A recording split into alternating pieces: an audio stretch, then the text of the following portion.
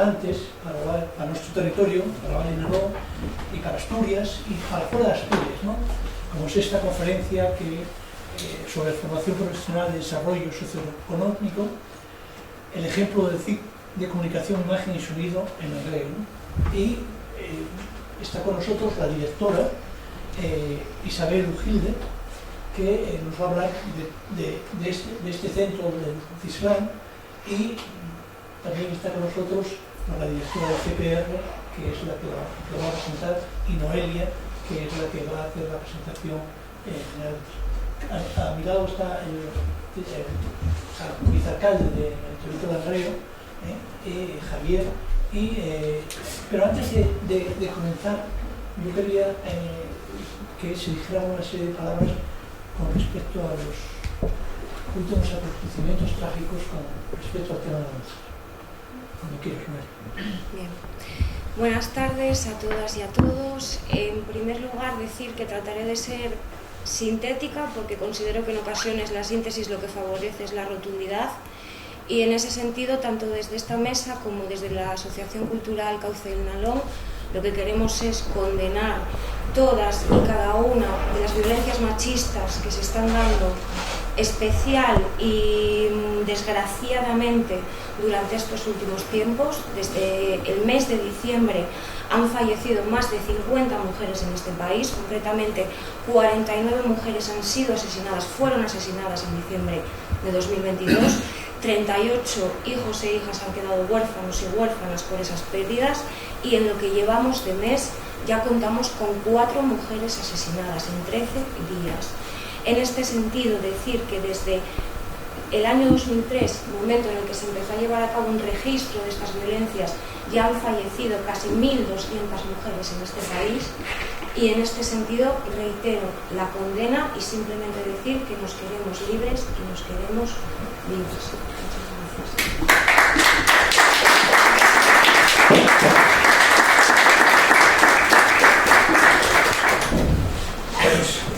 Muy bien, entonces ahora sí ya comenzamos el acto tal y como estaba previsto, y entonces Noelia ya tiene la palabra, la compañera Noelia, que sabéis de Cauce del Nalón, que es profesora universitaria de Historia del Arte de Oviedo, y que va a ser la que va a dirigir y moderar todo la mesa. Cuando quieras, Noelia. Gracias. De nuevo, y ahora cambiando un poco el tono. Buenas tardes a todas y a todos, y bienvenidos y bienvenidas a este acto organizado por la Asociación Cauce del Nalón con la colaboración del Ayuntamiento de Langreo, también de la Nueva España. Y en este sentido, quizás antes de comenzar, me gustaría cederle la palabra a Javier Castro, vicealcalde de nuestro ayuntamiento, por si quisiera comentar cualquier cuestión.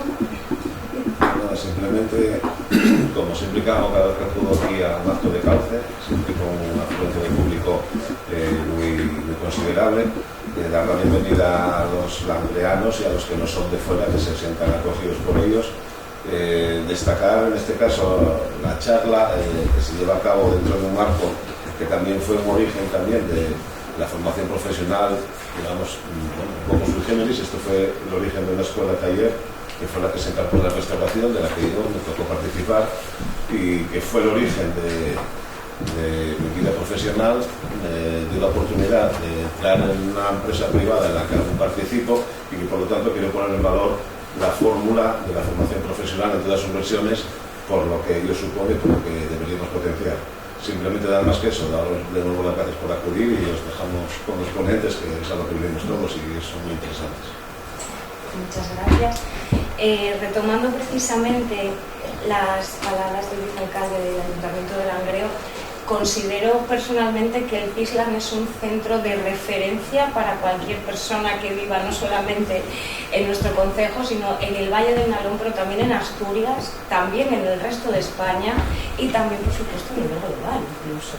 Entonces, en este sentido, resaltar también el lujo, ¿no?, de poder contar hoy con personas que nos puedan hablar de este Centro Integral de Formación Profesional con el que contamos en nuestro territorio. En este sentido, en la trayectoria del CISLAN ya lleva, si no recuerdo mal, desde el año 2006, ¿no? Entonces ya son muchos años de experiencia exitosa, además, en ese sentido. Lo conocemos quizás de una forma general, por así decir, como un centro de formación audiovisual, ¿no? Pero sí que es cierto que además dentro de ese cajón desastre quizás que podríamos decir que es lo audiovisual, pues se cuenta con formación de muy diversa naturaleza en este sentido. En cuanto a los ciclos de grado superior, por ejemplo, con técnico de sonido para audiovisuales y espectáculos, técnicos superiores en iluminación, captación y tratamiento de imagen, en realización de proyectos audiovisuales y espectáculos, producción de audiovisuales y espectáculos, y más recientemente tenemos también el técnico superior en animaciones 3D, juegos y entornos interactivos, que bueno, como precisamente nuestro presidente había comentado que en mi caso yo soy de Historia del Arte, he de decir que, por ejemplo, ha sido un ciclo que yo he comentado en clase, animando precisamente a personas que tienen interés precisamente en este tipo de formaciones desde nuestro campo, vamos a decir, ¿no? Por ejemplo, trasladar la historia del arte, la arquitectura, etcétera, a entornos digitales, pensando también en creación de exposiciones. Es decir, que al final muchas veces pensamos que es algo como muy concreto, pero creo que tiene unas oportunidades extraordinarias y que es totalmente transversal para todo tipo de cuestiones. Y como decía antes, la relevancia del CISLAM la podemos ubicar a diferentes niveles. A nivel, por supuesto, global, si pensamos que estamos en este mundo que a día de hoy tanto precisamente trata con lo audiovisual, es una necesidad prácticamente que tenemos de forma constante.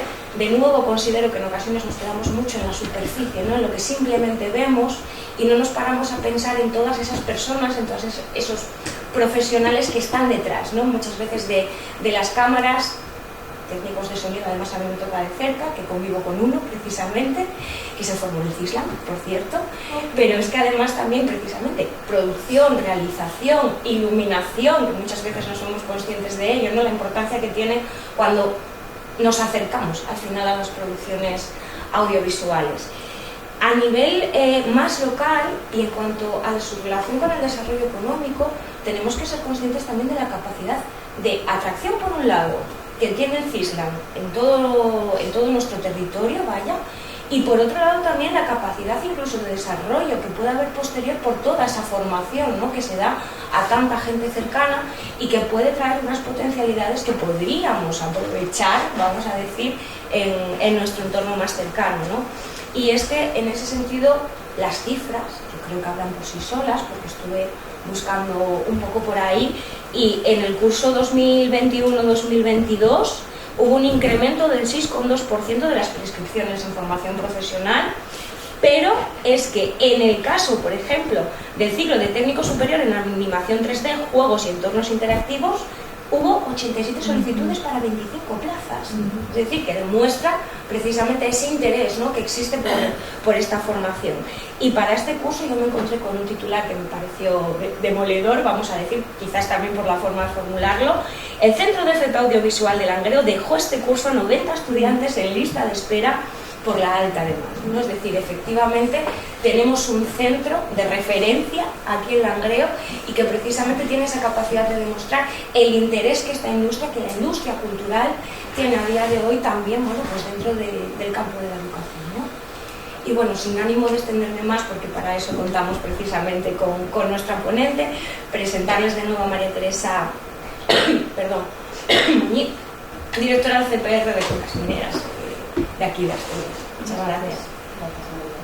Bueno, yo primero quiero agradecer a Cauce Galón por invitarme a esta conferencia como directora del CPR, precisamente porque es a raíz, ¿no? de empezar hace 3 años y medio como directora, como conocí personalmente a Maribel, yo la llamo así, permitírmelo, y desde entonces he podido comprobar la calidad humana y profesional. Por tanto, para mí es un placer venir a presentarla.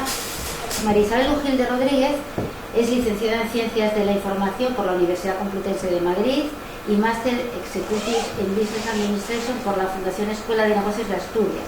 Ella misma confiesa que la comunicación y la educación son sus 2 grandes pasiones, que yo creo que tiene la suerte, ¿no?, como muy pocas personas, de poder combinar en su trabajo como docente del ciclo superior de producciones de audiovisuales y espectáculos en el centro desde el 2008 y ejerciendo la dirección desde el 2018. pero antes de su etapa como docente, justo hablábamos antes, ¿no?, lo importante que es, ¿no?, para ser profesor o profesora de FP y haber pasado, ¿no?, por el campo profesional. En su caso fue 8 años directora de comunicación de la Cámara de Comercio de Gijón y la Feria Internacional de Muestras de Asturias, pero anteriormente lo había sido de la Asociación de Jóvenes Empresarios de Asturias. En este periodo además fue presidenta de la Comisión de Comunicación de la Asociación de Ferias Españolas, AFE. Desarrolló su carrera periodística especialmente en el medio radiofónico, yo creo que eso lo vamos a notar además enseguida, fundamentalmente en Onda Cero, donde trabajó 9 años en los servicios informativos y después, pero previamente se había iniciado en medios como Antena 3 Radio y COPE. Ha trabajado también en la agencia EFE y ha colaborado a lo largo de estos años con diferentes medios, la TPA, la Onda Asturias, El Comercio, la antigua Hoja de Lunes de Gijón, un bagaje que además le ha permitido elaborar materiales didácticos para materias de su propio centro, ¿verdad? Colaboró también en una unidad didáctica y un Job Search Strategies, supongo que lo digo mal, del Manual de Comunicación Empresarial. Vemos entonces que pese a, ¿no?, a todo ese bagaje como comunicadora, llega ahora la dirección del centro. Yo creo que además cualquier centro, ¿no?, educativo, dirigir un centro educativo, pues supongo que absorbe muchas energías y tiempos, pero pese a ello no olvida, ¿no?, su carrera, su faceta periodística y sigue colaborando con la Radio Televisión Española, del Principado de Asturias, y es articulista del Diario de la Nueva España desde el 2011. Ha hecho guiones también para documentales, textos teatrales, ha colaborado en proyectos con el Museo Barjola de Gijón, incluso ahora mismo está, ¿no?, con nuestro proyecto con el Museo de Bellas Artes de Asturias. Pero si esto parece poco, además imparte formación, yo doy fe que lo hace, colabora asiduamente con el CPR Cuencas Mineras, pero además ha dado formación en el máster del profesorado de la Universidad de Oviedo, en el Instituto Adolfo Posada, Laboral Centro de Arte. Tampoco me quiero extender mucho, Maribel, porque ha hecho incluso, bueno, formación para planes de FP para el empleo, para empresas. Un currículum brillantísimo y a mí lo que me sorprende, ¿no?, como compañera que soy, además casi vecina, es que a Maribel la tenemos en muchísimas de las formaciones que hacemos desde el CPR. Y a mí me asombra de verdad el interés y la ilusión con la que participa en las actividades, con mucha más ilusión que muchos docentes con mucha menos experiencia que ella. Para mí Maribel es un ejemplo de mujer que tiene todas las cualidades para poder dirigir un centro y conseguir que sea un referente nacional: ilusión, generosidad, espíritu crítico, inteligencia, empatía, compromiso, esfuerzo, humildad, y que resumiría de verdad en 2: talante y talento. Gracias. Ay, por favor, Teresa, qué presentación. Ay, qué emoción. No puedo hacer nada de más. Oh, por favor, qué emoción, me he emocionado. Gracias, Teresa. No he dicho nada que sea mentira. Es que, ¿sabes qué pasa? Que Teresa y yo hemos compartido, hacemos terapia.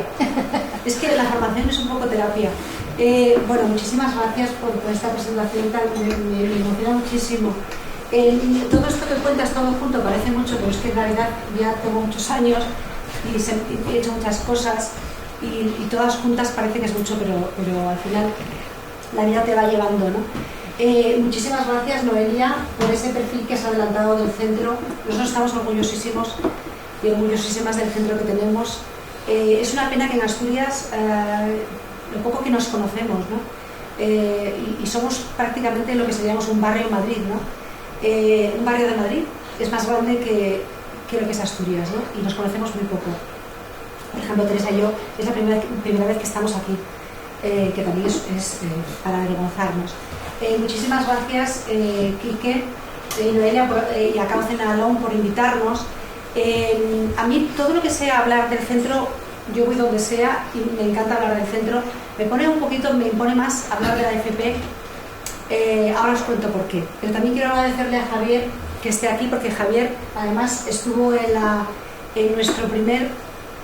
junio pasado estuve en nuestro primer acto de graduación. En los 16 años que tenemos de vida, nosotros no hemos tenido nunca una graduación hasta el año pasado, no sé por qué, bueno, por razones diversas, y Javier estuvo en la primera y compartió con nosotros un momento tan emocionante. Bueno, a mí me impone un poco hablar de formación profesional, porque al final el objetivo que tenemos quienes estamos en la formación profesional cuando nos llaman para hablar de formación profesional es, el objetivo para mí aquí hoy es, bueno, que conozcáis quienes sois de aquí, o sea, todos, lo que es nuestro centro, ¿no? Pero sobre todo que os vayáis con la idea de lo importante que es la formación profesional. O sea, hay que correr la voz. Porque no en beneficio nuestro, sino en beneficio de toda la sociedad, porque es que es una pena que con recursos públicos en toda la capilaridad del país se esté ofreciendo una formación de tal nivel y no la estemos aprovechando. Hay varias razones por las cuales no la estamos aprovechando del todo, pero hay una que es cultural, una que es de mentalidad, que tenemos que combatir ya. Y esa solamente se combate con el corriendo a la voz. Porque al final, aunque,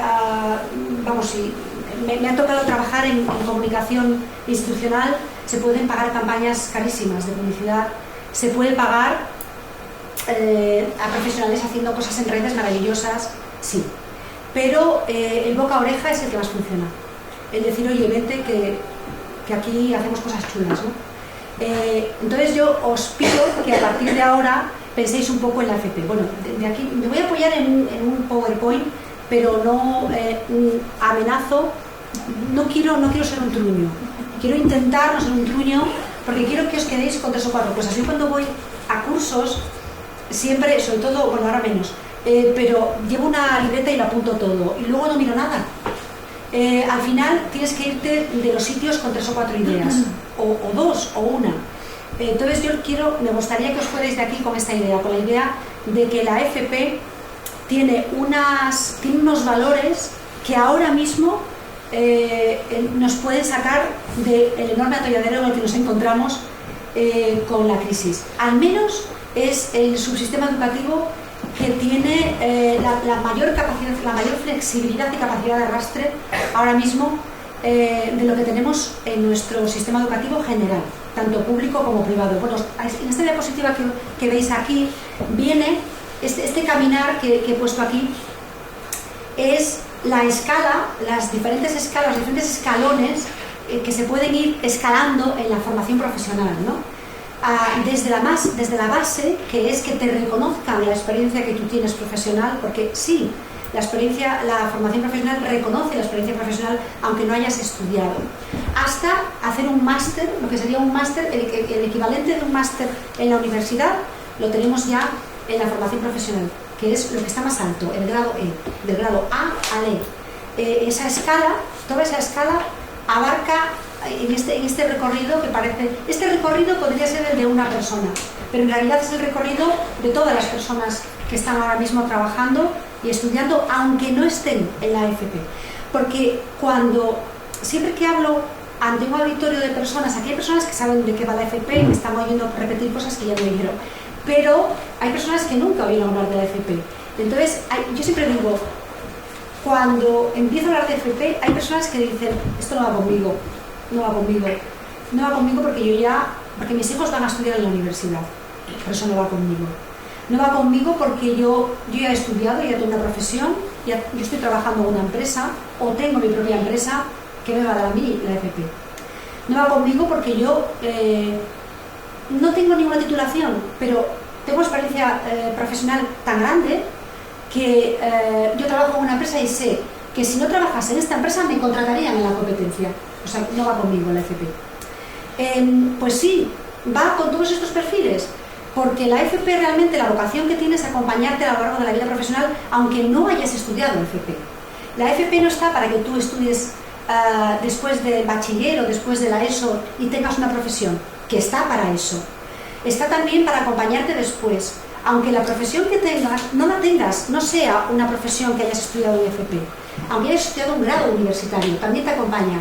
Nosotros tenemos alumnos que vienen de la universidad, no que vienen de la universidad rebotados porque no les ha ido bien, no, vienen de la universidad porque han terminado y quieren continuar, necesitan formarse más para entrar en el mercado de trabajo y no tienen a lo mejor recursos para pagarse un máster, o los tienen, pero nosotros tenemos los medios que ellos no han encontrado en sus estudios. Yo estudié en la Universidad Complutense, Ciencias de la Información. Los medios que tiene la facultad en la que yo estudié son la mitad de la mitad de la mitad de la mitad de lo que tenemos en nuestro centro. Y seguramente podría decir más mitades. Con lo cual, si alguien termina un grado de comunicación audiovisual o de ciencias de la información y quiere tocar equipos y quiere además tener una estancia en una empresa, que es lo que te facilita la FP, podrá hacer un ciclo con nosotros y de hecho lo hace. Con lo cual, que tengas una profesión, que tengas un estudio, no significa que ya la FP no tiene nada que contarte. Pero además, la FP te facilita que te recualifiques a lo largo de tu vida. Es decir, que os voy a poner ejemplos porque si no es un poco aburrido. Yo recuerdo un alumno que yo tuve hace unos años que tenía mi edad. Era un alumno que era de los mayores de la clase y tenía mi edad. Este chico trabajaba en una empresa como de logística de transportes, o sea, y trabajaba en una oficina. Y este muchacho se quedó en el paro con la crisis de 2008. Como había trabajado durante muchos años, tenía 2 años de paro, no es la primera persona que nos encontramos en este caso. Invirtió sus 2 años de paro en los 2 años de un ciclo profesional, de un ciclo de formación profesional. Y entonces estudió con nosotros. Entró en un mundo completamente distinto, y porque él venía del mundo del transporte y entró en el mundo del audiovisual. Y al final, cuando fue a hacer prácticas, se quedó en la empresa en la que hizo prácticas y ahora mismo trabaja para esa empresa haciendo programas para TPA. Bueno, pues esta persona en principio podría pensar, la FP no va conmigo, ¿no? Sin embargo, sí fue con él. No solamente estudió este ciclo, sino que además estudió otra formación que la FP oferta, que no solamente es la formación inicial, es decir, los ciclos que conducen a los títulos, ¿no? De grado medio, grado superior, sino que también se puede estudiar formación para el empleo. Son cursos más cortos que están dirigidos a personas que quieren mejorar su preparación o quieren cambiar el rumbo de su vida. Cualquiera de las dos opciones. Con lo cual, en los cursos de FP para el empleo te puedes encontrar con personas que vienen de mundos totalmente distintos. Se recualifican y pueden trabajar en un mundo completamente distinto al que inicialmente habían pensado. Esto también ocurre. Este muchacho del que os hablo hizo un certificado de profesionalidad después. Bueno, fue mejorando su perfil y ahora trabaja en el mundo audiovisual. Es decir, que la FP va con todos. Y ya últimamente, lo que se está desarrollando dentro del sistema de la FP, de hecho ya está, es presente, es la capacidad que tenemos de reconocer la experiencia laboral, la experiencia adquirida por la vía laboral o por vías de formación no formales, es decir, por cursos que no desembocan en un certificado oficial, o incluso por actividad que no es profesional. No has trabajado para una empresa, pero has colaborado con una ONG. Os pongo un ejemplo. Vamos a recurrir al ejemplo de este muchacho que trabajaba en la empresa logística.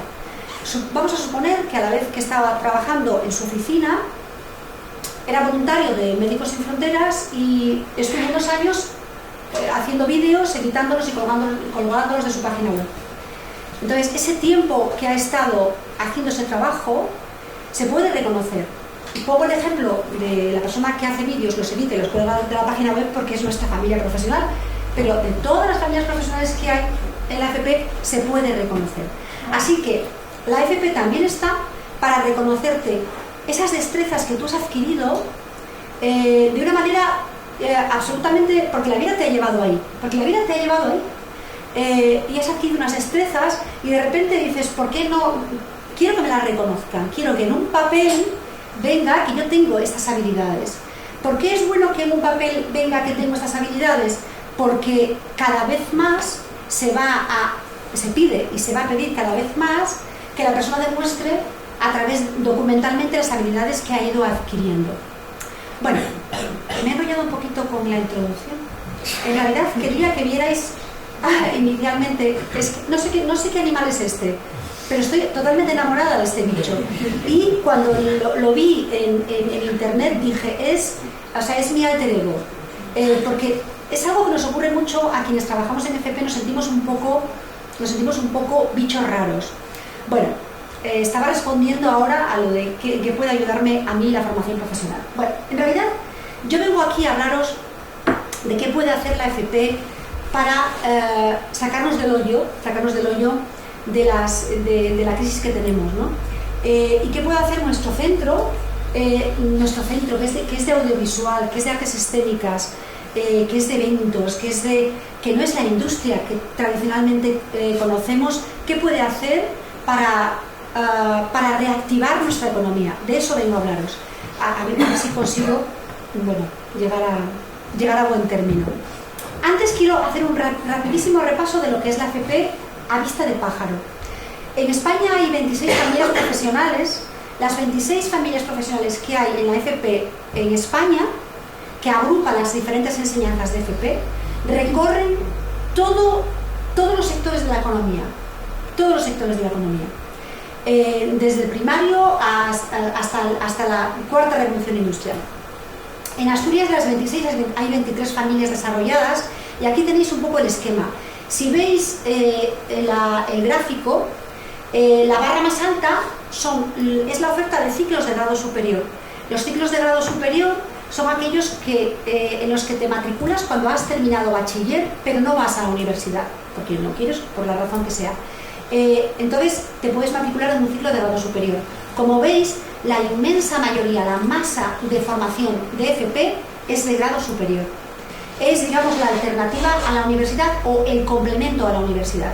El siguiente escalón sería el de grado medio, que se nutre de personas que han terminado la ESO, pero ya no han hecho bachiller. Entonces, entran en la FP por el grado medio. El grado medio está pensado para recoger a las personas que vienen por esa vía, pero en realidad todo en FP es una pasarela, todo es una pasarela, de manera que del grado medio podemos pasar al grado superior. La pasarela es tan abierta que cualquier ciclo de grado medio te permite entrar en un ciclo de grado superior, aunque no sea de la misma familia profesional. Eso que al principio parece un poco incongruente, ¿cómo voy a salir yo de un ciclo de cocina y meterme en un ciclo de marítimo? Bueno, no importa porque la potencia que tiene la enseñanza en FP es enorme. Una de las grandes virtudes que tiene la enseñanza de la FP es que tú aprendes al tiempo que haces. Es una enseñanza teórico-práctica. Un poco más abajo, en este batiburrillo de diapositivas que tengo, hay una en la que explico que la LOMLOE, que os sonará, la Ley Educativa Nueva, ahora trata de cambiar la cultura de la enseñanza en las etapas obligatorias, es decir, hasta la ESO, bachiller. Quiere cambiar la cultura del profesorado, del alumnado, de toda la comunidad educativa, diciendo, aprendamos haciendo cosas, lo que se llama la formación por proyectos. Ellos ahora han creado el concepto de las estaciones de aprendizaje, ¿no?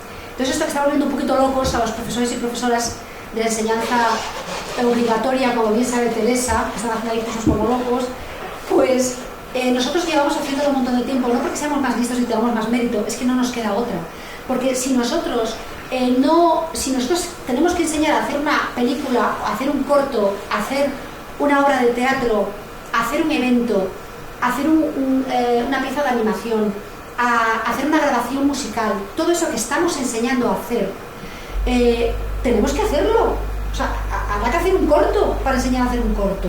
Y encima resulta que hacer un corto es un trabajo en equipo. Es decir, que no puede hacer un corto una persona sola. Que sí, porque se puede hacer un corto una persona sola, pero es de una manera absolutamente testimonial.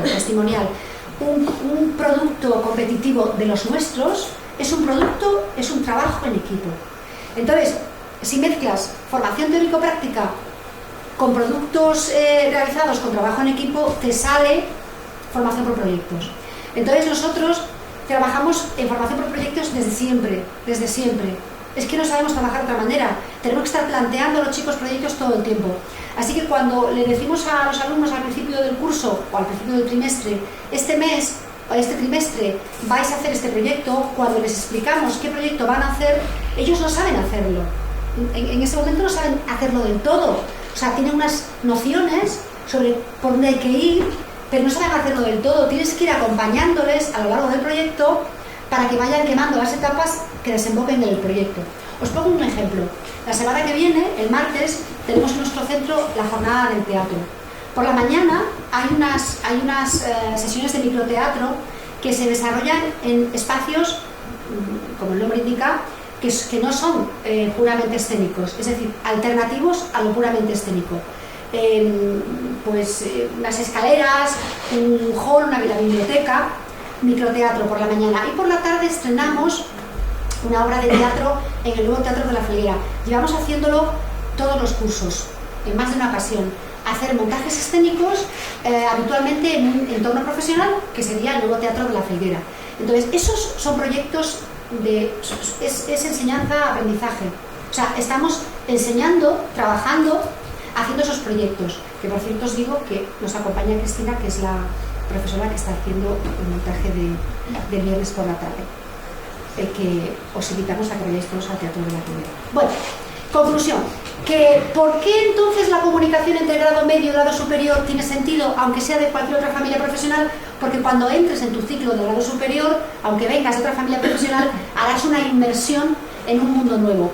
Esta pieza chatita de la FP básica es una FP, en nuestra familia profesional no la tenemos, es una FP alternativa a la enseñanza obligatoria. Y la otra pieza chatita que está en el otro extremo, que son los cursos de especialización, son los cursos, que son los másteres en FP. Es decir, cuando acabas un ciclo de grado superior, puedes hacer un máster de FP. Nosotros este año hemos completado nuestra oferta de la familia profesional y tenemos un curso de especialización. En Asturias hay 65 centros que imparten FP. La inmensa mayoría son IES. Es decir, institutos de secundaria, que además de tener enseñanza secundaria, ofertan ciclos aislados, sueltos, de diferentes familias. Y luego hay 8 centros integrados, de los cuales hay unos cuantos, la mitad, que son de una única familia, bueno, menos de la mitad. Uno de ellos es el nuestro, porque hay varios centros integrados que tienen varias familias, que son macrocentros integrados. Los centros integrados son centros que se crearon pues hace 15-20 años aproximadamente, sí, pues por ahí. La idea de los centros integrados es que se dediquen exclusivamente a la formación profesional y preferentemente completen todas las familias, de manera que el alumno, cuando entra, o la alumna, hace una inmersión en su familia profesional. Si vosotros entráis en nuestro centro, pues es que no se puede hacer otra cosa, nada más que lo relacionado con nuestra familia profesional. Y eso se nota mucho. Se nota mucho. Realmente la idea sería que los centros integrados fueran los centros en los que se diera, los centros no solamente de referencia, sino los centros en los que se impartiera la formación profesional. Fijaros en la radiografía de la formación profesional en Asturias a día de hoy. Hay 17.066 personas matriculadas, que es más o menos el equivalente de la Universidad de Oviedo. En la Universidad de Oviedo hay cerca de 19.000 alumnos. Abajo del todo os lo pongo por sexos, hay más chicos que chicas matriculados en FP, hay una brecha de género importante en FP, aquí, vamos, yo ya firmaría porque se quedase así. En nuestro centro estamos ahí más o menos como esta torta, ¿no? O como esta tarta, pero hay centros en los que son familias muy masculinizadas, por ejemplo, el centro del mar, prácticamente los estudios marítimos son masculinos, ¿no? En el medio viene la información de las plazas que se quedan vacantes en Asturias. Todos los años se quedan vacantes plazas que se ofertan al final, cuando ya todo el mundo ha escogido, todo el mundo se ha matriculado, se ofertan, salen como de saldo, ¿no? Las últimas plazas. Son 1.546 las que no se llegaron a ocupar. Un 16%. Esto no tiene que alarmarnos porque esto pasa en todas las comunidades. Pero yo siempre que veo la cifra de las vacantes pienso, estos son recursos públicos, ¿no? Hay un dinero que ya se ha gastado en personas, en equipos, en instalaciones, y hay 1.546 personas que no lo están aprovechando. Pero ya no es una cuestión de recursos que no se aprovechan, porque a ver, tampoco todo se va a optimizar, ¿no? Ojalá. Sino, por ejemplo, pienso mucho en los ninis, ¿no? Hay una publicación del CEDEFOP. El CEDEFOP es una entidad que depende de la Unión Europea y que estudia la formación profesional, hace un porrón de estudios. Tiene un boletín que de vez en cuando sacan artículos. Hay un artículo en CEDEFOP muy interesante sobre qué puede hacer la FP por los ninis. Los ninis son las personas que no estudian ni trabajan. Generalmente son chicos jóvenes, son chicos que se han quedado en los márgenes del sistema educativo, que es algo que no comprendo. O sea, por ejemplo, no comprendo cómo en los márgenes del sistema educativo se pueden quedar las personas con más talento, pero está pasando, pasa hoy. En los márgenes del sistema educativo se quedan las personas de altas capacidades, es así. Porque no encajan, no siguen, no son capaces, se van arrinconando. Entonces, esas personas se quedan en casa, son chicos que están en casa, ni estudian ni trabajan, que están con la consola, sus padres estarán subiendo por las paredes. Son chicos que a lo mejor empiezan con nosotros o con cualquier otro centro y se descuelgan a lo largo del año, porque nosotros tenemos abandonos. O sea, esto no es solo todo lo que reluce. Entonces, son gente que se va descolgando y que se quedan en su casa jugando con la consola. Pero los ninis también son las personas que a una mediana edad se quedan sin trabajo, no se forman y se descuelgan del mundo, ¿no? ¿Qué puede hacer la FP por ellos? Pues la FP puede hacer por ellos, puede hacer algo por ellos. Ahí tenemos esas 1.500 plazas. Bueno, ¿cómo estamos en Asturias y por qué la FP nos puede ayudar? Tenemos un reto demográfico del copón. Aquí tenemos, hay cifras para echar a correr. Pero fijaros la escala descendente de nuestra demográfica, es decir, estamos a punto de bajar del 1.000.000 de habitantes. La caída empezó en 2008, pero se agudizó en 2012. Está claramente relacionada con la crisis. O sea, la gente se ha empezado a ir. Encima, luego, la gentrificación, la famosa gentrificación, es decir, ese proceso que aspira a las personas alrededor de las grandes ciudades, también se produce en Asturias. O sea, Asturias, que es España vaciada, también tiene su proceso de absorción de la población. Se absorbe hacia el centro.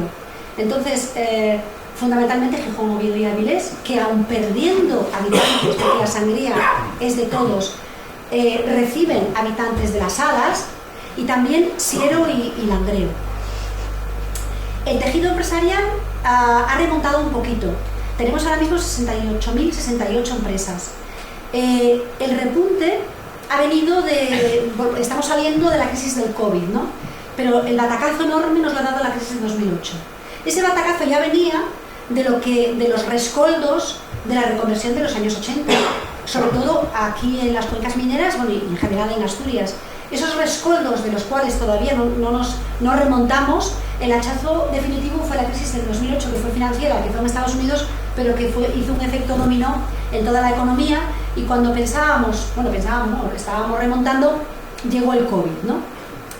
De las 68.068 empresas que tenemos en Asturias, la zona azul de la tarta, que veis ahí, son empresarios individuales, son autónomos, son personas que se ganan la vida, que muchas veces fluctúan cotizando o no a autónomos. Esa es la parte azul. La parte roja son los que tienen menos de 9 trabajadores. Y una rayita que no se puede ver porque es prácticamente inexistente son las grandes empresas, grandes empresas.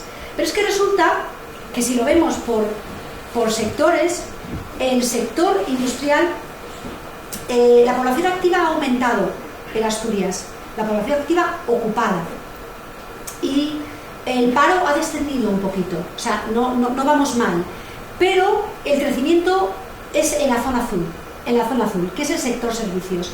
Las industrias tradicionales, que son las que conocemos como industrias tradicionales, son las rojas, y esas, con el resto de los sectores, van decreciendo paulatinamente. Todos estos datos que vienen del INE, de SADEI, en fin, hay datos para morir.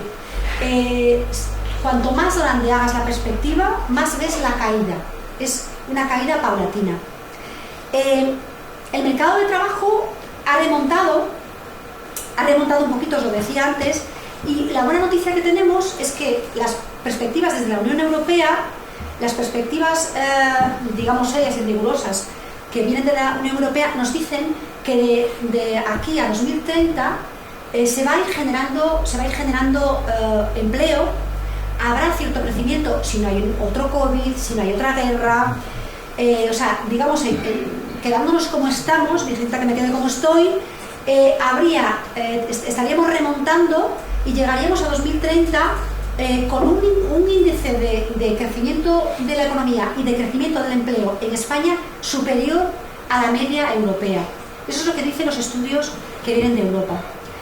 Ahora mismo, hoy por hoy, ahí os pongo las cifras, en el mercado de trabajo, la demanda de cualificación de perfiles homologables a FP es de un 36,8%. Y perfiles homologables a la universidad es de un 36,4%, o sea, está equiparado. Hace un par de años que la FP ha superado en demanda de trabajadores a la universidad. Quedaros con este dato porque este gráfico es el gráfico que explica el porqué de la ley de FP que se acaba de aprobar, por qué la ley de FP en España dice lo que dice, y cuál es el compromiso que nosotros tenemos ahora mismo con la sociedad y sobre todo con el desarrollo socioeconómico. La parte de arriba del gráfico son las personas, hombres y mujeres, que tenemos en España entre, no puse aquí la edad, pero vamos, es entre 20 y 65 años, o sea, la población activa que tenemos en España, educación superior, que hemos estudiado en la universidad. Como veis, es gruesa la barra y hay más mujeres, 10 puntos más de mujeres que de hombres. Abajo del todo, en la base, está quienes no tienen ningún estudio, ninguno.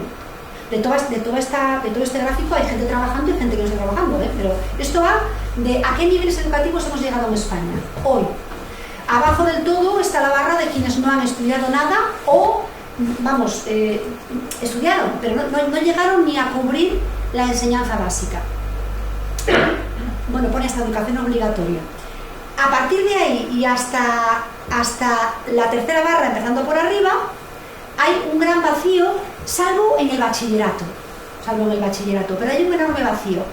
Vale, si cogemos esta distribución que nos dice que la mayoría de la gente en nuestro país o tiene enseñanza de grado superior, o tiene una enseñanza ínfima por debajo de lo obligatorio, o está un poco navegando en el centro. Este mismo esquema en el resto de Europa estaría engordado por el centro, estaría más estrecho por arriba y estrecho por abajo y más engordado por el centro. Porque lo que nos dice el mercado de trabajo y lo que nos dice las empresas es que ellos en los perfiles, los perfiles que necesitan ocupar, no necesitan una persona con título universitario para muchos de esos perfiles. Cuando los sacan públicamente para que se presenten personas candidatos, se encuentran con la inmensa mayoría está hipercualificada. No necesitan personas hipercualificadas. Es más, el mercado de trabajo rebota a la gente hipercualificada, porque las personas hipercualificadas no quieren el trabajo por debajo de su cualificación. Están buscando desesperadamente el trabajo que se ajusta a su cualificación. ¿Por qué buscan desesperadamente ese trabajo? Porque han estudiado en la universidad. ¿Por qué han estudiado en la universidad? Porque consideran que era lo mejor. Pero realmente, ¿qué les gusta hacer? A lo mejor no les gusta hacer lo que han estudiado, pero como han estudiado en la universidad, porque consideraban que era lo mejor. Entonces estamos en una pescadilla que se muerde la cola. Yo cuando nos invitan a hablar, que nos invitan muchas veces para hablar con institutos, yo siempre les digo a los chicos, a ver, relajaos. Los chicos que están en bachillerato, como la hija mayor de Teresa que está en segundo de bachiller, que está como, ¿qué hago con mi vida? Tengo que decidir, o tengo que decidir qué bachiller hago, tal. Yo siempre les digo, a ver, serenidad. O sea, la mala noticia es que tenéis que decidir ahora. Esa es la mala noticia. La buena noticia es que la vida, es que lo que decidas ahora no va a ser definitivo, porque la vida te va a ir llevando a tantos sitios. Entonces, intenta decidir ahora lo que te gusta. Intenta decidir lo que te gusta. Porque si no, si decides en base a lo que me dicen que es lo bueno, a lo que cuando yo acabe esa carrera, yo querré trabajar de eso. Y entonces seré un hipercualificado o una hipercualificada frustrada porque no encontraré trabajo de lo que yo quiero. Y la empresa que me vaya a contratar, en el fondo me rebotará. Yo tengo, y vosotros también, tendréis cantidad de amigos, de amigas, de colegas que se presentan a ofertas de empleo y que le rebotan porque tienen demasiado. O sea, tienes de más. Dicen, pero, o sea, hice 2 másteres, tengo 3 idiomas, bueno, es que tienes de más, claro. Entonces, la función que tiene la FP es esta, es superar este bache. Nosotros estamos en el rosa. España tiene un 22% de jóvenes que están estudiando FP. Mirad lo que ocurre en la Unión Europea, la media de la Unión Europea, que es la barra de en medio, y mirad lo que ocurre en la media de la OCDE, que es la Unión Europea, más básicamente, fundamentalmente, los países más desarrollados del mundo, fundamentalmente. Con lo cual, lo que nos dice, digamos, el devenir económico mundial es que hay una gruesa necesidad de personas cualificadas, pero que estén en la gama intermedia de la cualificación. No significa que no tengan idiomas, que no se hayan ido de Erasmus, porque en FP hay Erasmus.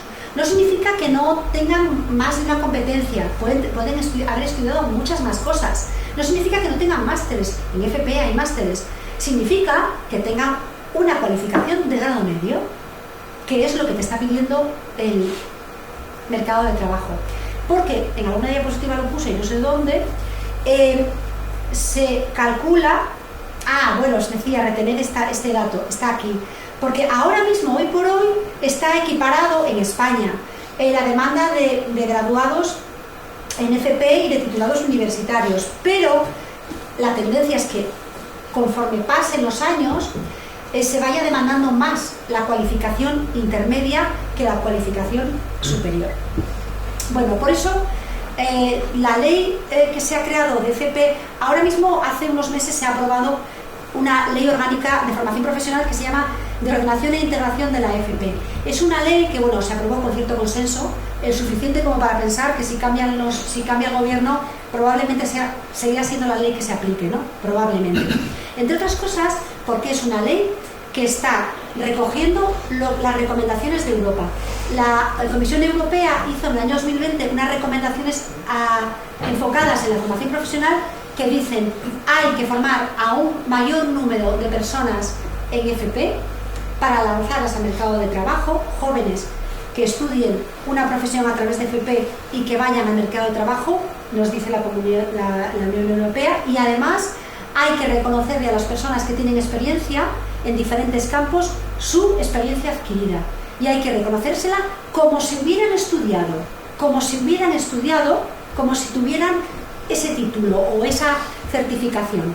Eso es lo que nos dice la Unión Europea.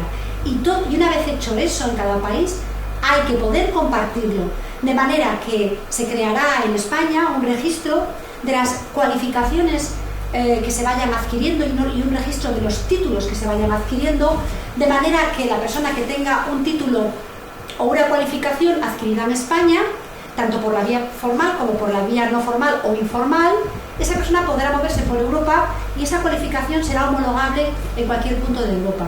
Pero además será acumulable a lo largo del tiempo. Fijaos los principios del sistema de FP que marca la ley. Dice, la FP tiene que ser flexible, flexibilidad, modularidad, diseño y accesibilidad universal, permeabilidad con otras formaciones, corresponsabilidad pública-privada, vinculación entre centros y empresas, participación, evitación de estereotipos profesionales, innovación, investigación aplicada, emprendimiento, evaluación y calidad del sistema e internacionalización. O sea, tenemos que hacer todo esto, tenemos que apañarnos para hacer todo esto. Y os digo, de verdad, que lo hacemos bastante bien. Pero vamos, no nosotros, sino en la FP en general. O sea, esto es una integración y ordenación de lo que ya se está haciendo, más unas líneas en las cuales tenemos que seguir caminando. De ahí viene este esquema que yo os he enseñado al principio, de cómo se puede ir subiendo a lo largo de la FP, de cómo la FP me puede ir ayudando en cualquier momento de mi vida, porque de repente nunca he estudiado FP, pero de repente me interesa hacer un curso de cámara para manejar cámara. Hay un punto de la ley que dice la FP tiene que tener accesibilidad universal. Ninguna persona, aunque no tenga ninguna formación, tiene negada la puerta de entrada a la FP. Ninguna. Es un sistema educativo tan permeable que cualquier persona puede entrar teniendo cero formación. Os cuento rápidamente, la formación profesional tiene 3 patas ahora mismo. Entonces, la formación inicial de la cual os hablé, los ciclos que ahora os explico cuáles tenéis nosotros, aunque lo adelantaba Noelia antes, que es lo que se llama la formación inicial. La formación inicial, la definición de la formación inicial es esa formación que conduce a un joven, después de la enseñanza obligatoria, le conduce a un título, a una profesión. Luego está la formación para el empleo, que son cursos más cortos para especializarnos en cosas muy concretas. Están orientados, están dirigidos a personas desempleadas o trabajadoras pero que quieren recualificarse. Y luego está la tercera pata, que es la de acreditar a las personas la experiencia que ya han adquirido. ¿Vale? Y ahora hablemos un poquito de nosotros y qué podemos aportar nosotros. Bueno, yo os invito a que nos visitéis. El centro se creó en el año 2006 y se creó con fondos mineros. Los fondos mineros, yo leo mucho en la prensa que los fondos mineros, se analiza ahora mucho cómo se gastaron los fondos mineros cuando llegaron. Acordaros que son los fondos que nos llegaron para compensarnos de la reconversión minera. Esos fondos, seguramente es criticable cómo se gestionaron y cómo se invirtieron, pero nosotros hemos sido creados con fondos mineros. El Centro de Imagen y Sonido de Langreo, y tiene las instalaciones que tiene. Es un edificio que fue creado para ser un centro de imagen y sonido. Ahora mismo en España hay un centro que se encuentra en Madrid, que es el José Luis García, que será el futuro centro de excelencia para la imagen y sonido de España. José Luis García no tiene las instalaciones que tenemos nosotros, no las tiene. No voy a decir que somos el centro mejor formado, o sea, con mejores instalaciones, pero casi. Y fuera de competitivos con cualquier centro de fuera de España. Yo he visitado centros fuera de España y centros de imagen y sonido no tienen las instalaciones que tenemos nosotros. ¿Por qué? Porque había dinero y porque se construyó el edificio para que fuera un centro de imagen y sonido. Así que ahí estamos trabajando. Entonces, todas estas imágenes que os pongo aquí son imágenes de cosas de actividad del centro, ¿no? Esta es nuestra oferta de FP inicial, es decir, de la formación que coge a un chico que viene de la enseñanza obligatoria y le convierte en un profesional. Si empezamos por arriba, vemos el grado medio, solo tenemos un grado medio. Acordaros que la enseñanza de FP, la inmensa mayoría es de grado superior, porque el grado medio en el fondo está pensado como una llave para entrar en el grado superior y seguir recorriendo el camino. El grado medio es vídeo DJ y sonido. Tenemos 5 ciclos de grado superior, el último se incorporó el año pasado. Los ciclos de grado superior no los voy a enumerar, los contaba antes Noelia, pero básicamente formamos a personas para que trabajen como operadores de cámara, de televisión, de cine, de vídeo, fotográfica, sonido en toda su amplitud, sonido para cine, sonido para espectáculos en directo, sonido para grabaciones de estudio, sonido para sincronizarlo en videojuegos. También formamos a personas que se integren en equipos que hagan videojuegos, que hagan entornos virtuales. Formamos a personas que coordinen equipos integrados por estas personas. Y luego, estos en ciclos superiores, y luego el último, el máster, el que está abajo del todo, el curso de especialización, que es el curso de audiodescripción y subtitulación, que es un curso que solamente se puede hacer si eres titulado en producción o en realización. Los sectores de referencia que tenemos son todos estos. Os los leo rápidamente. Cine, vídeo corporativo, industrial promocional, televisión, radio, fotografía, videojuegos, contenidos interactivos, artes escénicas, producción musical y de música en directo, eventos de toda índole, institucionales, empresariales, sociales, culturales, deportivos, ferias, congresos, festivales, programación cultural, animación, formación y toda la industria auxiliar alrededor de todo esto. Toda la industria auxiliar, que puede ser asistencia técnica, puede ser formación. Todos estos subsectores están dentro técnicamente del sector de la cultura. Somos trabajadores de la cultura y la cultura está dentro del sector servicios, así que eso es nuestro encaje. La cultura, específicamente la cultura dentro del sector servicios, según los últimos estudios de la OCDE, es un 3,2% del PIB de nuestro país. No estamos mal, hay otros países que están mejor en la participación de la cultura dentro del PIB, pero no estamos mal. Son 24.640 millones de euros. De toda esta tarta, lo que está vinculado a lo que nosotros enseñamos aquí sería más o menos la mitad. Audiovisual, como veis, lleva un trozo de la tarta, artes escénicas, y luego interdisciplinar entraría también seguramente gran parte en nuestras enseñanzas. La evolución, como veis, del empleo cultural no ha ido tan mal en los últimos años. Nos han dado tortas por todos los sitios, pero no ha ido mal. En España está en un 3,5% de media, Asturias estamos en un 2,2%, y la media europea es un 3,7%. Nuestra inserción laboral es muy mejorable, la del centro. Está entre el 31 y el 57%. Nuestros alumnos, cuando acaban, generalmente siguen estudiando, y los que se integran en el mercado de trabajo en muchas ocasiones no trabajan del sector, trabajan en otros sectores. Y con todo lo que os he contado, y teniendo en cuenta que estamos en el mundo de la cultura, diréis vosotros, ¿y entonces qué es lo que podéis hacer? Bueno, pues ¿qué podemos hacer nosotros qué podemos aportar para el desarrollo socioeconómico de Asturias y de España? Bueno, pues la perspectiva de la industria cultural,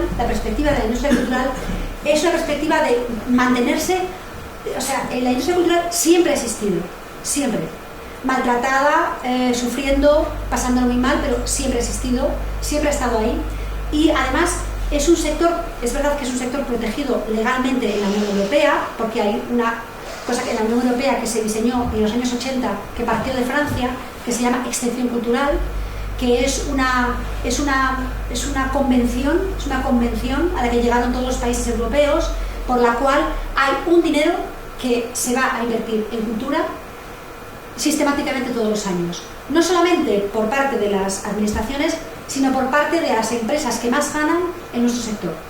Las televisiones están obligadas a invertir en cine. Ahora, con la nueva Ley General Audiovisual, las plataformas por las que vemos la televisión están obligadas a invertir en cine. Por eso cuando vamos al cine, vemos al final en los títulos de crédito que viene Televisión Española, Movistar, eso, Canal Plus, y decimos, Antena 3, decimos, jolín, Telecinco, jolín, qué majos son. No son majos, están obligados por ley. Entonces, ¿qué es lo que hay qué es lo que hace que nos invita a pensar que tenemos un potencial que tenemos que desarrollar y que puede aportar aquí en Asturias? Uno, la ley, es decir, la excepción cultural que convertida en leyes a través de la Ley General Audiovisual, que se ha reformado recientemente, a través de la Ley del Cine, que se va a revisar dentro de poco, a través del Estatuto del Artista, que habéis oído hablar de él seguramente estos días, porque hace unos días en el Consejo de Ministros se aprobaron unas medidas que están dentro de una cosa que se llama Estatuto del Artista, que es un documento a través del cual se quiere dignificar de una vez la situación de los creadores de cultura, porque el nombre del Estatuto del Artista es un nombre un poco engañoso. Tiendes a piensas en el artista, en la bailaora y en el intérprete, en el violinista. No, el artista es todo creador de cultura, incluido el técnico de sonido, todo aquel que está trabajando en un oficio de cultura. Entonces el Estatuto del Artista lo que nos va a ayudar a garantizar que la vida del artista no va a ser una vida a salto de mata, de me doy de alta de autónomo, me doy de baja de autónomo, no tengo paro, voy a cobrar una pensión mínima. Entonces lo que está haciendo el Estatuto del Artista es ayudar a que los trabajadores de la cultura, los creativos, tengan una mejor situación profesional. Nosotros, que estamos creando trabajadores de la cultura, necesitamos que se encuentren en un contexto normativo que les acoja. Pero además, dentro de este dajo que estoy haciendo así un poco en el aire, hay una serie de elementos que nos dicen que no nos puede ir mal en Asturias. Por ejemplo, se han incrementado el número de los rodajes en Asturias. Asturias ya es una región, un plató natural, ya lo es.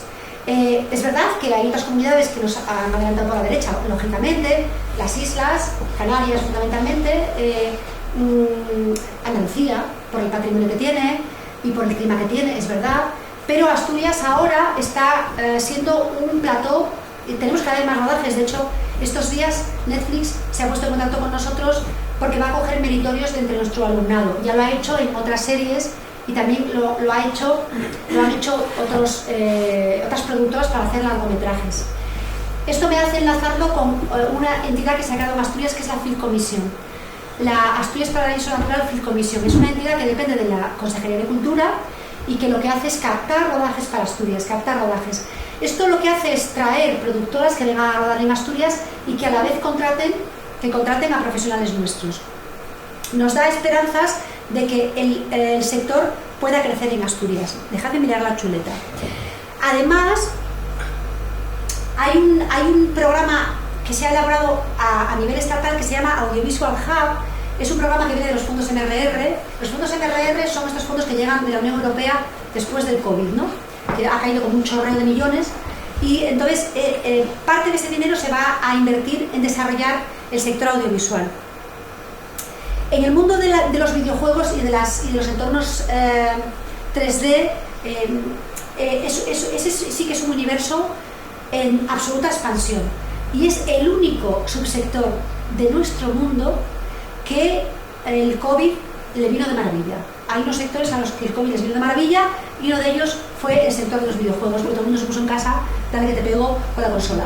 Entonces, nosotros tenemos un ciclo que forma a profesionales que se insertan en equipos que crean no solamente videojuegos, entornos interactivos en general, pero, por ejemplo, simuladores para aprender a pilotar, simuladores para aprender a manejar una máquina en una factoría, o entornos virtuales para visitar un museo que está cerrado porque lo están arreglando, pero y lo puedo visitar virtualmente, o para adelantarme a un destino turístico. Eso es un universo es en expansión.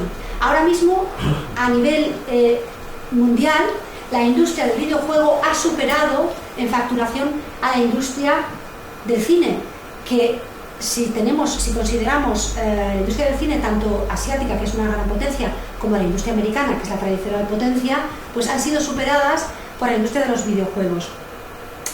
Los eventos en Asturias tendrán cada vez más juego.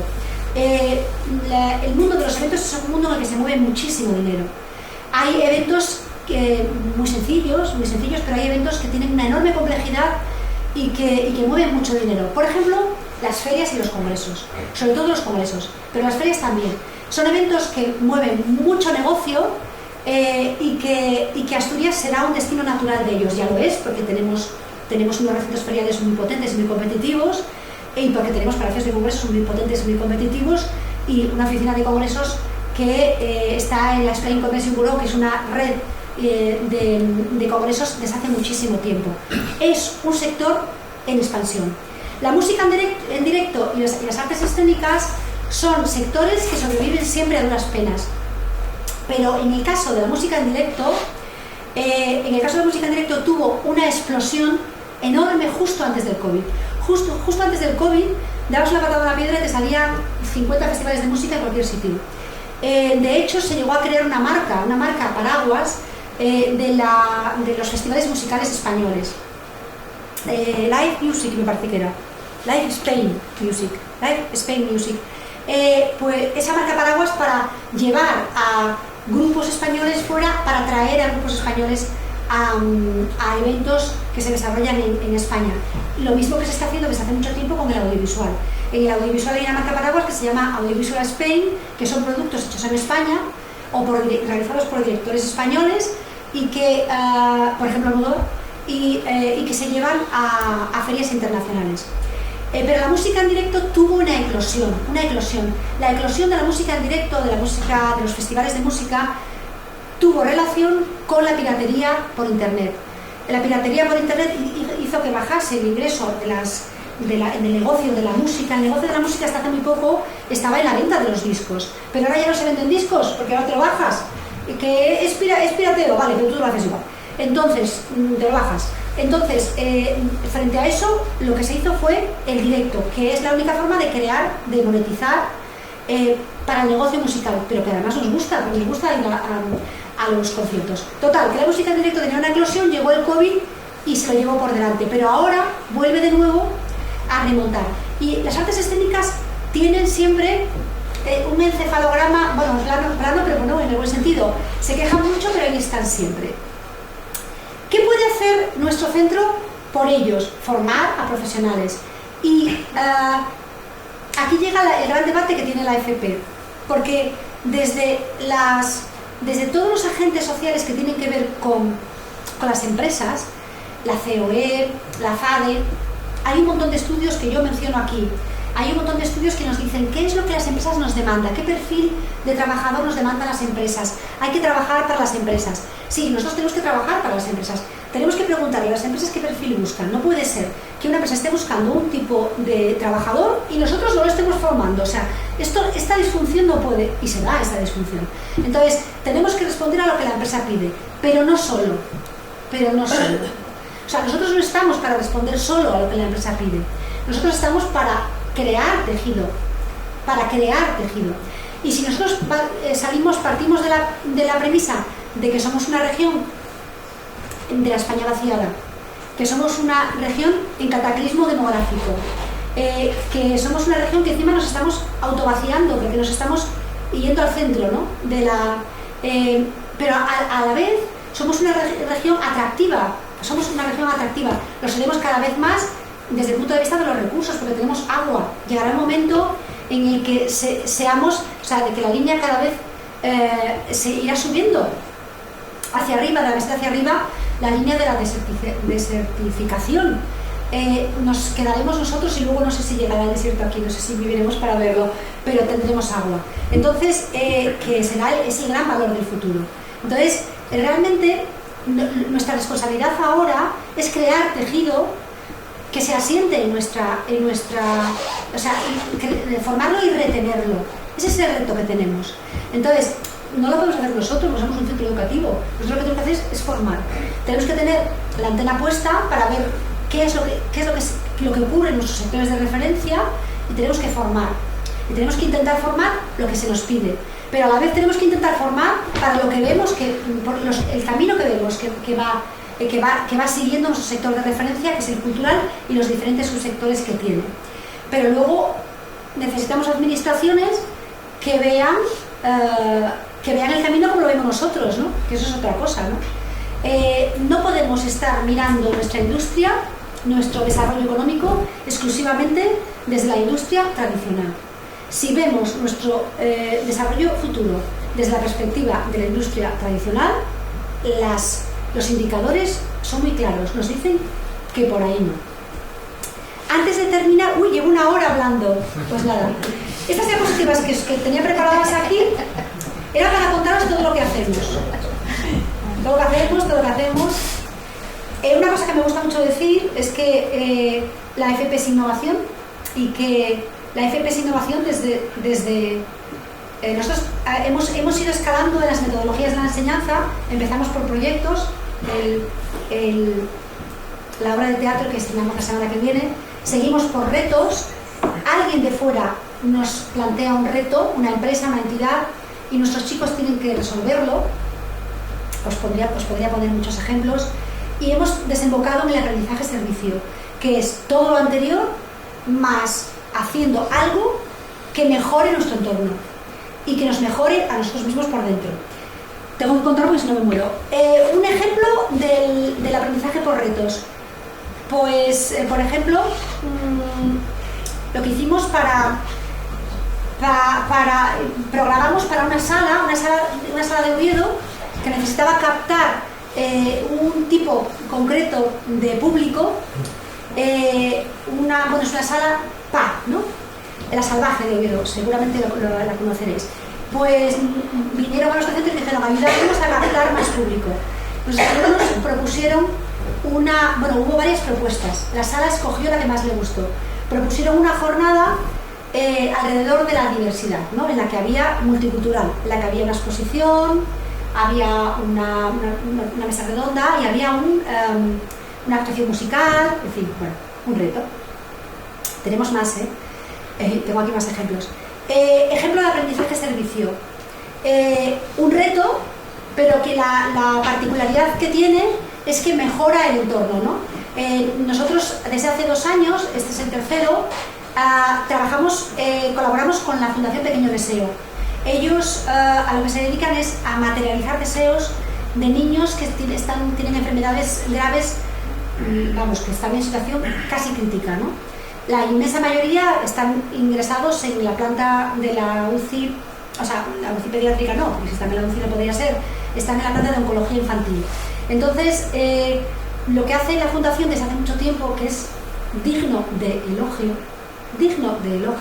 es materializar deseos de los niños. Claro, si el niño desea ser astronauta y ir a David, pues es claro, es imposible. Entonces nos llamaron una vez para pedirnos ayuda en una cosa y de repente vimos el cielo abierto y desde hace 3 años colaboramos con ellos. Todos los años el reto consiste en materializar el deseo de 2 niños o niñas que tienen un deseo. Y entonces nuestro alumnado lo que hace es convertir de alguna manera ese deseo en realidad. Y no lo hacemos mal porque la cosa sale muy bien. Esta exposición, que se llama Cremalleras, es una exposición muy interesante porque con ella empezamos en esto del aprendizaje-servicio en el año 2015. Esta exposición se hizo con niños y niñas que están operados de cardiopatías y tienen unas cicatrices, las cicatrices que ellos las llaman cremalleras. Entonces se hizo un reportaje fotográfico porque la asociación que agrupa a los familiares de estos niños celebraba ese año un aniversario, entonces colaboramos con ellos y en el año 2015 se hizo esta exposición. Y nos han vuelto a llamar ahora y nos han pedido que preparemos una exposición sacando a los mismos niños y a los mismos jóvenes años después para hacer una exposición paralela. Y vamos a hacerlo. Bueno, son metodologías innovadoras de trabajo que utilizar. Yo ya no me enrollo más, hacemos un montón de cosas, pero ya no me enrollo más. Me callo. Vale, entonces, si tenéis alguna pregunta, yo os invito a que nos visitéis. De verdad, hacemos un grupo y yo recibo y os llevo por todo el centro. Lo que tenéis que prometernos es que corréis la voz. Nosotros tenemos una lista de espera enorme, o sea, es decir, realmente tenemos muchas menos plazas de las que se demandan, ¿no? Es una pena porque dejamos fuera a muchas personas queriendo entrar. Luego, con el paso del curso, pues ya va cambiando la cosa, porque hay gente que lo deja, pero realmente no necesitamos tanto que vengan alumnos nuevos a nuestro centro, porque tenemos bastante pegada, o sea, tenemos buen caer, como necesitamos que se corra la voz de lo que es la formación profesional. Eso, de verdad os digo, hay un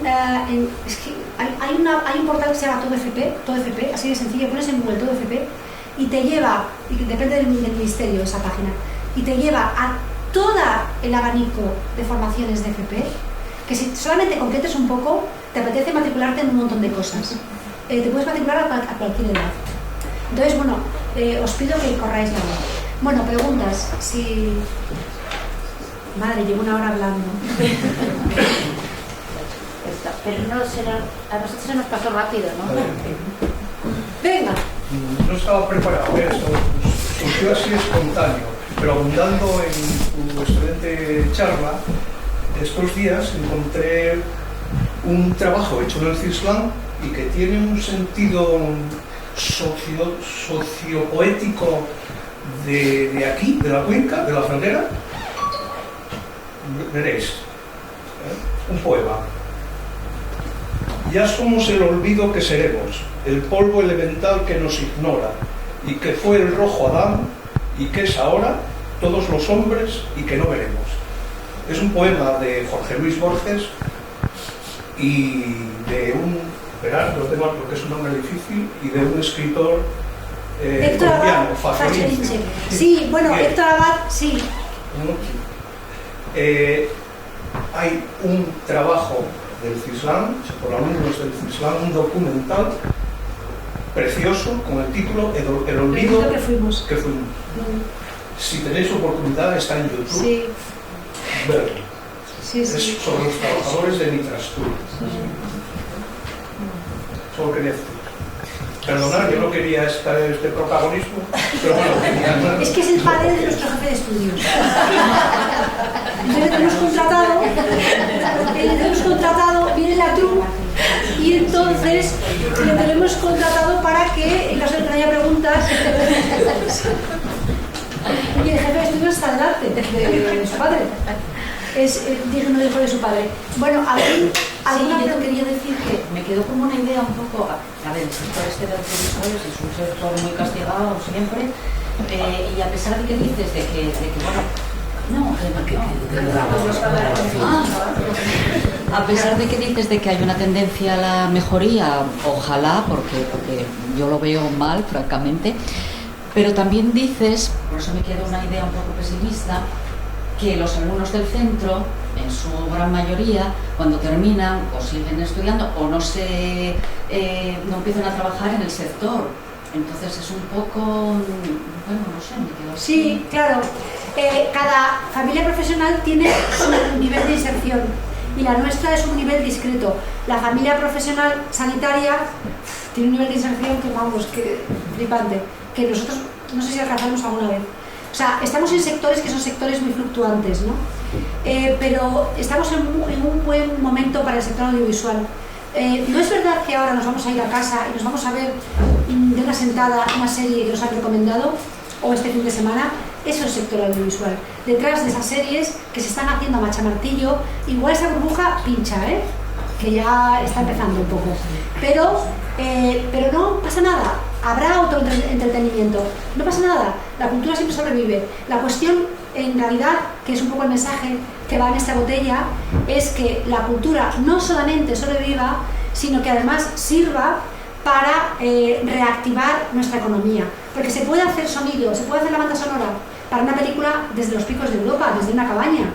Se puede diseñar, crear con un ordenador, crear todo un videojuego en las salas, en grandes de Salime. O sea, ese trabajo se puede hacer desde cualquier punto. Vivimos en red, con lo cual se puede formar para nuestro sector y se podrían quedar aquí en Asturias. Hay que crear el espacio para que eso ocurra. Bueno, ¿alguna preguntilla más? Bueno, pues sí. Recuerdo que ya visitamos como Cauces y Équico, ya visitamos hace ya bastantes años el centro, y tú haces ese ofrecimiento y yo lo retomaría porque hay que visitarlo cada cierto tiempo y hay mucho que ver ahí. A mí personalmente me interesa mucho y vamos, que es interesante para todo el mundo. O sea, que no quede ahí. Pues nada, es muy sencillo. Hablamos y hacemos un grupito y nada, yo os atiendo encantada. Sí, y os llevo, os traigo y os hacemos alguna cosilla para hablar. Sí, el reto que ahora mismo... Bueno, ¿quería terminar? Con otra pregunta. Que, todo este sector implica en gran medida algo que en otros sectores a lo mejor es menos importante, que es la cuestión de la autoría, ¿no? Todos los derechos que supone todo este trabajo de tipo cultural y artístico, ¿no? ¿Se trabaja desde el mismo CISLAM o de momento no es una preferencia? No entiendo muy bien tu pregunta, pero vamos, cuando tú haces un producto, la autoría va con el producto. Quiero decir que los autores de quienes han hecho ese trabajo serán sus autores siempre y ese reconocimiento legalmente lo tienen, tanto si el trabajo es académico como si el trabajo es de fuera del centro. Los autores de cada producto que se hace lo serán siempre. No sé si te estoy contestando a la pregunta. Bueno, a lo mejor no es una pregunta muy pertinente, ¿no? Yo era por si había también cursos en los que ese tema se trabajara con detenimiento. Entre las enseñanzas, en FP también se empolla, hay que apoyar, hay que estudiar. De hecho, cuando tenemos visitas en el centro, yo siempre digo a los chicos, no vengáis a la FP pensando que no se estudia, porque estáis equivocados, aquí hay que estudiar. Entonces, la normativa que hay alrededor de nuestros sectores se estudia. La normativa alrededor de los derechos de autor, de los derechos de imagen, de los espectáculos, la normativa que regula todos estos sectores, claro, se tiene que estudiar. Sí. Sí, bueno, y yo es que quería comentarte. Sí, quería comentar lo siguiente. Yo creo que vuestro centro, que, bueno, según traía hoy la prensa, además traje yo a España para eso, ¿no? Que en este momento tenéis 397 alumnos. 397 alumnos en ese centro. Y además, evidentemente, muchos son de fuera de Asturias. Sí. Y incluso de países europeos. Yo creo que uno de los grandes retos que tiene la nueva ley de formación profesional es, yo creo que una cierta mentalidad, digamos, que hubo desde siempre en este país, en el sentido de que todo había que ir por la universidad. Había que ser universitario sobre todo, y después ya veremos lo que pasa, ¿no? Pero efectivamente, países como Europa, que estamos en Europa, y países como Alemania, Francia, Suiza, demuestran que efectivamente el empleo no es mayoritariamente el de la universidad, sino que efectivamente FP ayuda muchísimo y tiene un gran desarrollo. Pero hay otro tema que a mí, y que Ricardo lo sabe, que en Cauce Narón hace unos años un estudiante vuestro, durante unos cuantos años, estuvo yendo a todos los concursos de poesía Alberto Vega. Ay, me muero. ¿Y no ganó? No, hizo un documental. Ah, que hizo un documental, pensé que iba a decir un documental precioso sobre toda la trayectoria de Alberto Vega y toda su historia. Claro. La verdad es que está hecho de una forma, vamos, genial. Claro, realmente nosotros tenemos una deuda con nuestro territorio. Yo es algo que lo tengo muy claro. Sí, porque cuando hablaba con David Orihuela para el artículo que saca hoy, se quedaba flipando de que tuviéramos más alumnos de fuera de Asturias que alumnos de aquí. Pero claro, nuestro centro no es un IES, nosotros no tenemos familias, no es un IES. El IES, sus alumnos vienen de los barrios, del barrio, pero nosotros somos un centro de referencia, el único, con toda la familia profesional de Asturias, y entonces tenemos gente que viene de comunidades limítrofes o incluso de comunidades lejanas, y luego hay gente que viene de fuera de España. Y son más esas personas que los alumnos del propio concejo. Con lo cual todo el mundo, todos venimos, y además nosotros vivimos fuera, la mayoría, otros no. Cris, por ejemplo, y Roberto son de las Cuencas, nuestra jefa de administración, Beli, es de las Cuencas, Geli, que trabaja con nosotros, también es de las Cuencas, pero, por ejemplo, yo vivo en Gijón. Entonces, la mayoría venimos, trabajamos aquí y nos vamos, estudiamos aquí y nos vamos. Y entonces, necesitamos, o sea, no puede ser que no conozcamos esta casa, por ejemplo. Entonces, necesitamos, por ejemplo, tenemos un papel que hacer en memoria histórica, tenemos un papel que hacer en memoria industrial. Todo eso yo creo que tenemos que hacerlo, sí. Es un reto, sí. Eso es mucho de la zona. Bueno, pues... ¿Alguien más querría intervenir? No, bueno, pues Kiko, si quieres presentar su próximo acto de cerrar. Sí.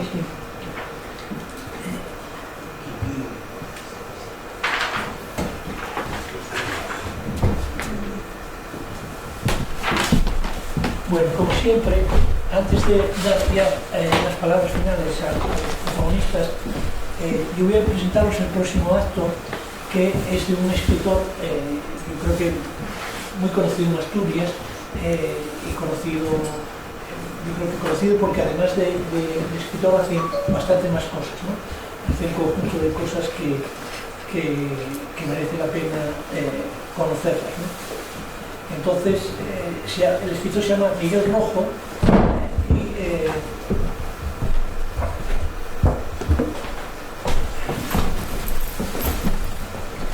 Miguel Rojo, que va a presentar estamos hablando de la Casa de la Cultura del Trego el próximo viernes 20 a las 8 de la tarde en la Casa de Cultura del Trego, su última novela, que es Pequeños barcos a la deriva, ¿no?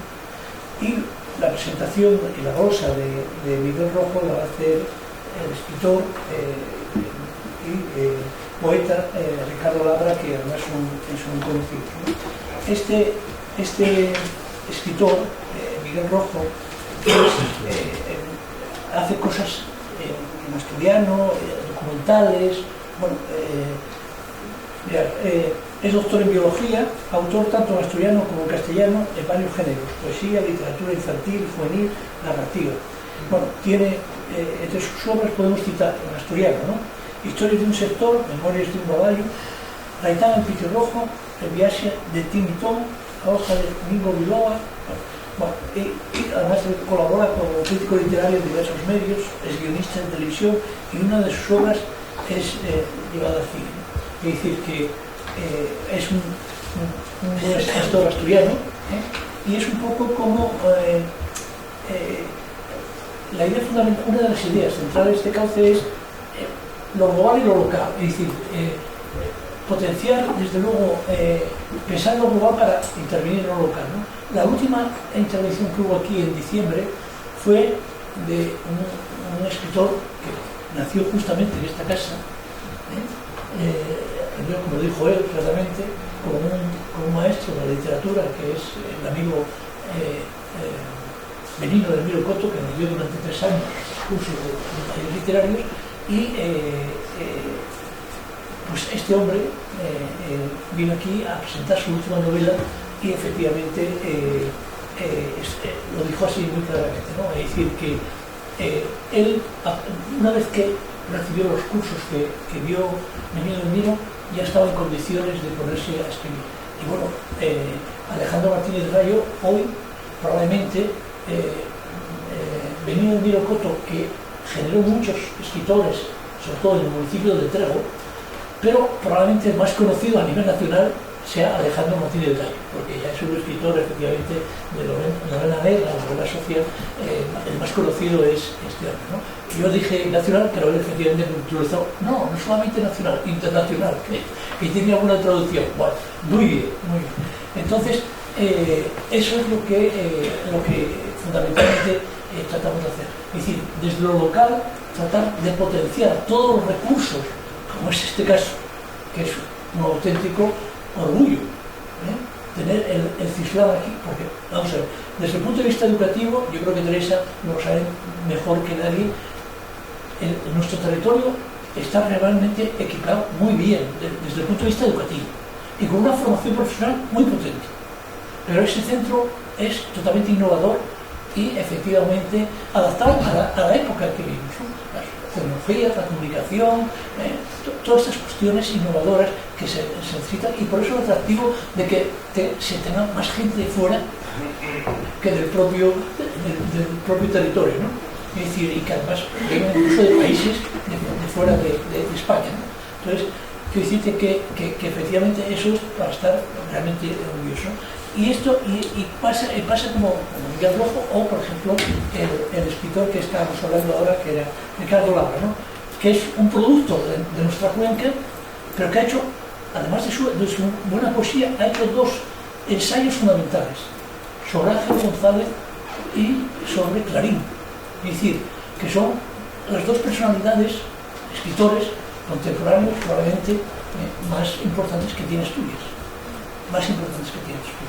Y en algunos casos, como el caso de Clarín, muy poco reconocido, ¿no? Entonces, pero bueno, está ahí bueno, el ensayo que presentó aquí Ricardo Labra, como sabéis, todo el mundo estuvo muy bien de personal, se está viviendo muy bien y demás, cosa que nos alegramos, y entonces esta es digamos el intento nuestro, ¿no? de seguir haciendo este tipo de cosas. Y nada, agradeceros a todos vosotros, la mesa, los que estáis aquí, a todos y al representante del ayuntamiento, y nada más. Cedáis la palabra con ustedes para terminar.